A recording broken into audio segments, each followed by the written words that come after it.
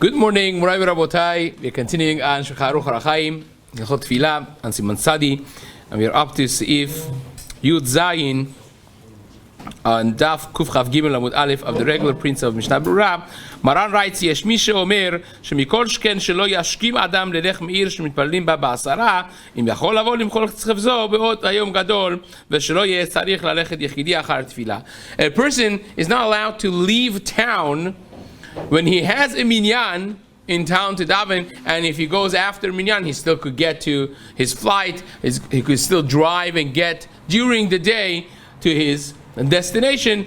There's not a burning issue to go and say, well, I'm going to go on the way. Hopefully, I find a minyan. It doesn't work like that. You have a minyan in town. You daven before you travel.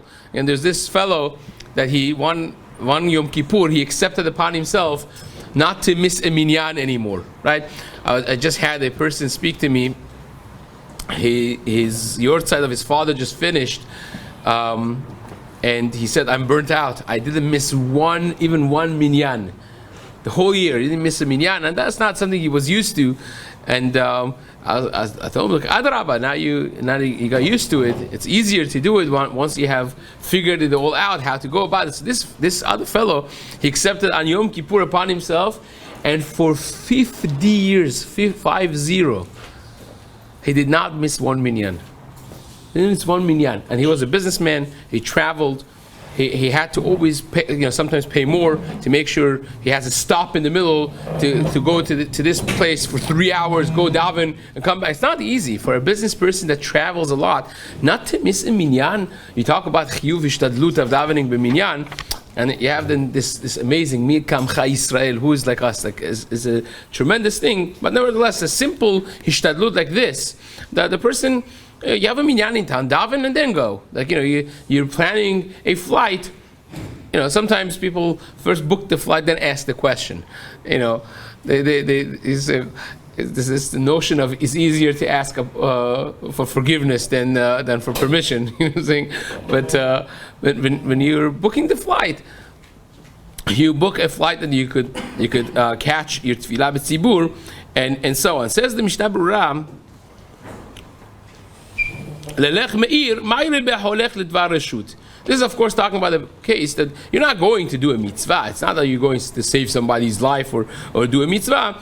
You're going for business. You're going for whatever it is, for vacation. By the way, once I'm at it, you have to also ask questions. Now as the summertime is upon us and people travel, you have to make sure that your travel does not have other halachic questions. For instance, there's a Rav in New York. He's the Rav of Satmar Dayan, is like one of the greatest Beki'im in America. Rabbi Yisrael David Harpanes. He's the Dayan of Achtud HaRabbanim in New York, and he wrote many Sfarim, dozens and dozens of Sfarim he has written. So he wrote a kuntres on going on vacation in summer. There's so many halachot there, but simple things is you're going to Hawaii. Let's imagine that you're going to be very careful with Niyut and Shmirat Denayim and so on and so forth. Or you're going to Australia, right? Going to Hawaii and Australia actually involves very interesting and complicated question of kavatarich. You're passing the halachic date line, and keeping Shabbat is not so simple. In Australia, in some parts of Australia, you may be having to keep Shabbat 2 days on Shabbat and Sunday, Saturday and Sunday. And on Hawaii, many places in Hawaii, you have to keep Shabbat, according to many opinions, 2 days, a Friday and Shabbat, right? The reason for it is very simple, of course. I don't want to open too much of a parenthesis. I just want to put this out there for people to ask questions. Right? When I see the faces of people, it's like, what are you talking about? It's very simple because some people at age 5, 6 already know this because they read the book of Around the Earth in 80 days, and the whole story of it is a person that goes around the globe, and you either miss or gain a day. Because it's very simple. Right now, let's say if it's 8 o'clock over here, it's 11 o'clock in New York. If you go to further east, you go to Eretz Yisrael, it's going to be 6 o'clock p.m. If you go further east, it's going to be 8 o'clock p.m. And you keep on going east, right? When you come back to the west coast of America, Los Angeles, you'll end up with 7:55 a.m. of what day? Next day, tomorrow. So is it tomorrow or is it today? At some point, it's a no-brainer. This is a question like mamash for a 5-year-old. You go around, depending if you go east, you end up with tomorrow where you are. If you go west, you end up with yesterday in the place you are. So it's obvious that you have to draw a line to divide the date. Hence the international date line. But who said international date line is binding at all? This is a question that the Rishonim in the 700 years ago I asked and answered.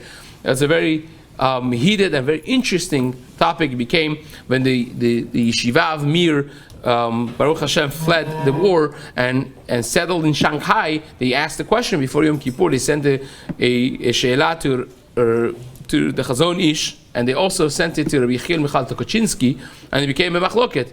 And many people kept Yom Kippurim 2 days in Shanghai because that year before he settled the machloket. 48 hours of fasting. They were bed rest the second day. It's not a simple thing. You're talking about the Isur Karet. And so on. So this became a very wide machloket. So ask a question. At the very least, if you're traveling, ask some questions. People think there's no questions to be asked in travels. There are plenty of questions to be asked. But one of these things are simple questions that have to be asked. Not missing minyanim and so on and so forth are all important things. So now, the Chafetz Chaim writes, we continue.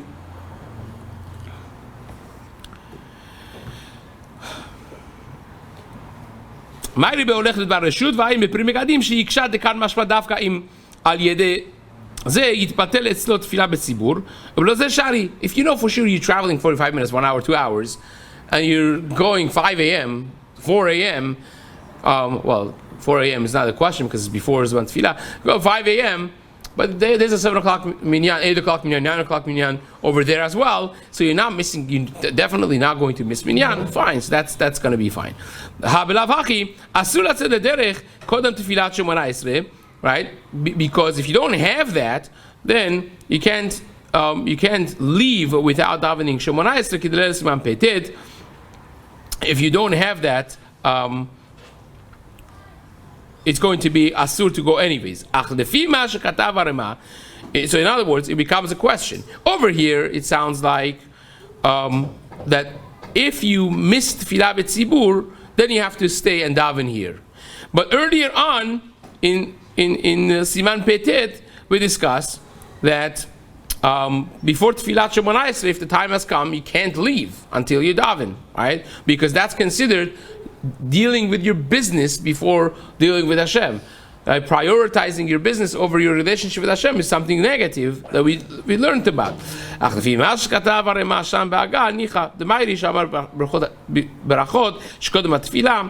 a person said Birkot HaShachar, he learned a little bit, he said some of the Korbanot and the Psukim of Hodu and so on and so forth prior to Tefillah, that's already, according to the Ramah, going to be allowed now for him to do some of his own personal needs and business. And even with that, over here will be asur if in the place of your destination there is no minyan and you're going to be mebatel tefillah b'tzibur, then you would have the obligation of staying, davening, and then leaving for your trip. Says the Shulchan Aruch. Now, this is a very important Sif Yud Chet in Siman Tzadi is something very important, and I'll ask it as a question. Bet Midrash and Bet Knesset, which one is holier? You changed your mind, right? Most people think that Bet Knesset is more mekudash. You have the Aron, you have the Sefer Torah, you have Kaddish, Kedusha, right? It's tremendous. What you have in Shul is not to be taken lightly. But the halacha is Bet HaMidrash Kavua, and I'm reading from Shulchan Aruch, Sif Yud Chet. This is a Gemara in Dafcheti Masechet Brachot. It's not something that you haven't learned. If you have been in the Chabura in the mornings, we have learned this. Bet Midrash Kavua Kadosh Yoter Mi Bet Knesset. A Bet Midrash is more holy than Bet Knesset. A place that people is hopping with learning Torah. People are sitting and learning. That's the holiest place on earth that you could get. And therefore it's more important to daven there than a Bet Knesset. So what's the nafkamina? The nafkamina is, usually the minyanim are not in the Batei Midrash nowadays, but if you have an option of a shul that's just a shul, and a shul that's also a Bet Midrash, has night seder, right, has Amud Yomi, has a proper limud, it's a mitzvah to daven there as a shul, then davening elsewhere, because that place is mekudash yoter, because it's also a bet midrash kavua. It's a set bet midrash, says the Shulchan Aruch. Mitzvah leitpalel bo yoter mi bet knesset. It's more mitzvah to daven there than in a regular bet knesset. Vehu sheitpalel basar. Of course, we're talking about davening beminyan. Don't go say, well, I'm going to daven in the kolel without minyan and miss the minyan in the other shul because kolel is more kadosh. It doesn't make sense, right? It has to be considered a tefillah betzibur, but then you have the option of bet midrash versus bet knesset. The one that's bet midrash kavua is more weighty and more chamur and more chashuv and more important than the bet knesset. Says the Rama, there are those who say this is based on a story in the Gemara of Rabbi and Rabbi Asi, that they had 13 Batei Midrash in their town, and they would only daven Ben HaAmudim where they used to learn. So this Machloket Rishonim over there in the Gemara, whether they davened Betzibur or Beyahid. It's Machloket in the Gemara. So Rama brings those who say, well, if it's Makom Kavua for you, you're learning there the whole day, you don't even have to go to Shul to daven Basara. Even Beyahid where you learn the whole day is more chashuv than going to a minyan. Right? Now, Maran clearly does not pass like that. Maran just said, V'hu sheyeh basara. So this is a machloket Maran and Rama. Maran Shulchan Aruch holds that you have to daven basara even when you are considering the comparison and contrast of a Bet Midrash and Bet Knesset. The Rama brings those Rishonim who hold that the story of the Gemara of Rav Asi was talking about a davening of yechidut without the minyan, but that, says the Rama even, so you'll see very, very quickly that does not apply to us anyways. That's only for a person that the Torah is his life, is his job. How about says nowadays we don't have a person as Torah Manuto is a person that does not stop his learning for anything, like Rabbi Shimon Bar Yochai and Chaverav. Right, that their Torah is their life, and even without this, forget about this question. For other things in life, also, he does not stop his learning. If you don't stop your learning for anything, then you don't have to stop your learning for a minyan. You could daven where you are, but yachid versus going to the minyan. But if you're not that type of a person, 3 times a day you become Torato Umanuto. Whenever there's a question of davening with Sivur, you're like, oh, I'm learning over here, Minyana Kotel, but in my private Bet Midrash, that of course is not the right thing, says the Rama. Even a person like that, says the Rama, even if you have a person that the Torah is their life and they don't stop Torah for anything in the world, still is not the proper conduct. To plan on it lachatchila that always you're davening b'yachid, that's nishda ma'alech, is not a way of life, right? Because what happens if a tamei hacham davens b'yachid? Right? The whole world is going to say, oh, Rabbi so and so davens at home, right? If he davens at home, I could daven, I could not daven even altogether. That's how people unfortunately, people don't have the capacity of understanding the difference between a person that never stops for anything, and therefore every second matters for him, every minute matters for him. So therefore, says the Rama, it's not the right conduct, even though halachically it may be the correct choice, but in an overall picture, sometimes you have to have, there's a four volumes of Shulchan Aruch, and then there's the 5th one. The 5th one is the sechel that you have to have, how to apply the 4 volumes of Shulchan Aruch. Cherek Hamishi sometimes is more important than all the other halakim. But understand, if people see it, and people are going to get the wrong idea, and something negative is going to come out of it, that's not something proper at all, and therefore a person has to be mindful of that as well. Says the Ramam, Shelo yilmedu amei haaretz, that ignorant people, Amaretz people, should not learn from him, v'itbatelu mi bet haKnesset, and they'll stop going to Bet Knesset, they'll stop going to the proper minyan. V'chol sheken, I spoke about this a while back when I spoke about backyard minyanim. So no Rav, no Tameh Hacham, no Ben Torah, no Kol guy should go to a backyard minyan, because it's the wrong chinuch. Backyard minyanim are the wrong things to have. This is not a kedushat bet knesset. It's not kedushat bet midrash.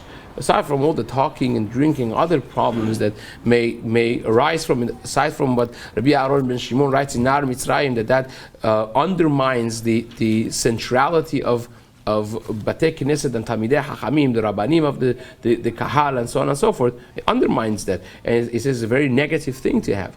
But who could enforce it? The Rabbanim can't enforce that. The Balabatim have to enforce it. How do you enforce it? By not going there. By not going there. You don't step foot in a thing that's not Shelo Kedat Hachamim. That's not with the approval of Gdolei Talmidei Hachamim in town. And again, that's part of this as well. When a person does it, people learn from him. V'chol sheken shelo ya'asok b'Torah bebet haKnesset bizman sh'asipur omrim slichot v'techinot. A person should also be careful not to deviate from the tzibur when people are davening. If a Tameh Hacham speaks in the middle of tefillah, or even if he is doing his own thing in the middle of tefillah, you're teaching people without a word, right? Without saying a word, you're teaching bad example to other people that they should be shmoozing. They should be doing their own things. And that's, of course, a negative thing. So, and the Mishnah writes over here, and that you should not nullify the minyan. We discussed this concept of Rov Am Hadad Melech before, that sometimes when all odds equal, Berov Am Hadad Melech is always the tipping point. It's what tips the scale, or everything else equal, right? If everything else is equal, then this is something that tips the scale for a person to make a decision of davening berov am. But when you don't have other reasons, you would want to daven betzibur, which is bigger. But here, if you have bet midrash and versus bet knesset, even if in bet knesset you have 100 people, in the bet midrash you only have 10 people, right? You would daven in the bet midrash because it's essentially a higher level of kedusha. It's not all odds equal. If all odds equal, then you go with Rov Am, with the majority number. Numbers matter. But here, essentially, intrinsically, the kedusha of bet knesset is higher. Therefore, even though that bet knesset you only have a minyan mitzumsam, only 10 people, in bet midrash you have 100 in bet midrash, in bet knesset you have 100 people. Still, going with bet midrash with a lower amount of people, as long as you have minyan, is more hashuv, says the Mishnah Berura. Let's finish this seif. אבל בית מדרש שקבוע לרבים ללמוד תורה בוודאי קדושתו חמורה יותר מבית כנסת ומוטב להתפלל בו בעשרה יותר מבית הכנסת שיש בו רוב עם אפילו מי שאינו לומד בו כלל. Even if you're not a person that learns in that בית מדרש, you just want to daven, you still would choose that bet midrash over a bet knesset because the level of kedusha of a bet midrash is higher than a bet knesset. Just like the Gemara says, the Gemara in Brachot that we mentioned, Daf Chet Amud Aleph, the Ohev Hashem Sha'arim HaMitzuyanim Ba'alacha yoter mibate knesiot. The HaKadosh Baruch Hu loves the Sha'arim Mitzuyanim Ba'alacha, the gates that they learn Torah, they learn halacha in, more than bate knesiot, more than the regular bet knesset. And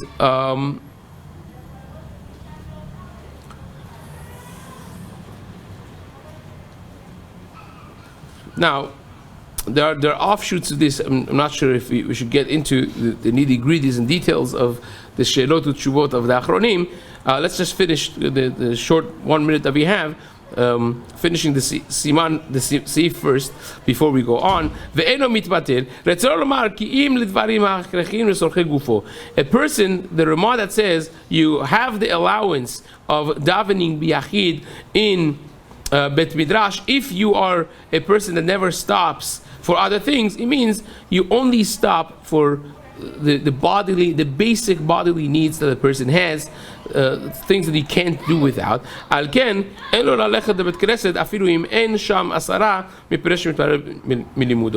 Therefore, you're not expected to be mebatel Torah, to waste your time of going out of Bet Midrash, going to the Bet Knesset, to daven ba'asara, because that time, the 5 minutes to go, the 5 minutes to come back, that 10 minutes is important as well.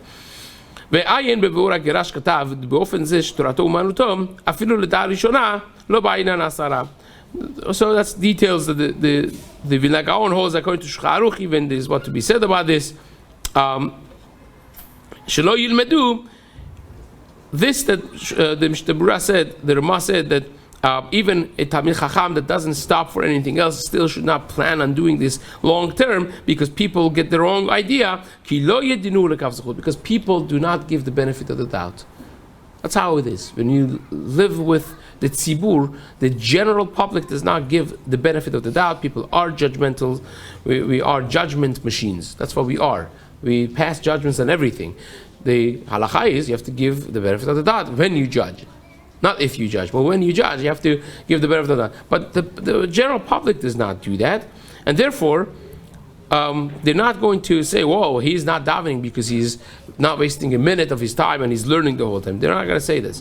They're going to say, look, it must be not so important to daven b'tzibur, so if it's good enough for him to daven b'yachid, it's good enough for me. They get the wrong idea, and therefore, a person has to be very careful with that. B'ezrat Hashem, we will continue the Siman in the days to come. Chazak u'Baruch.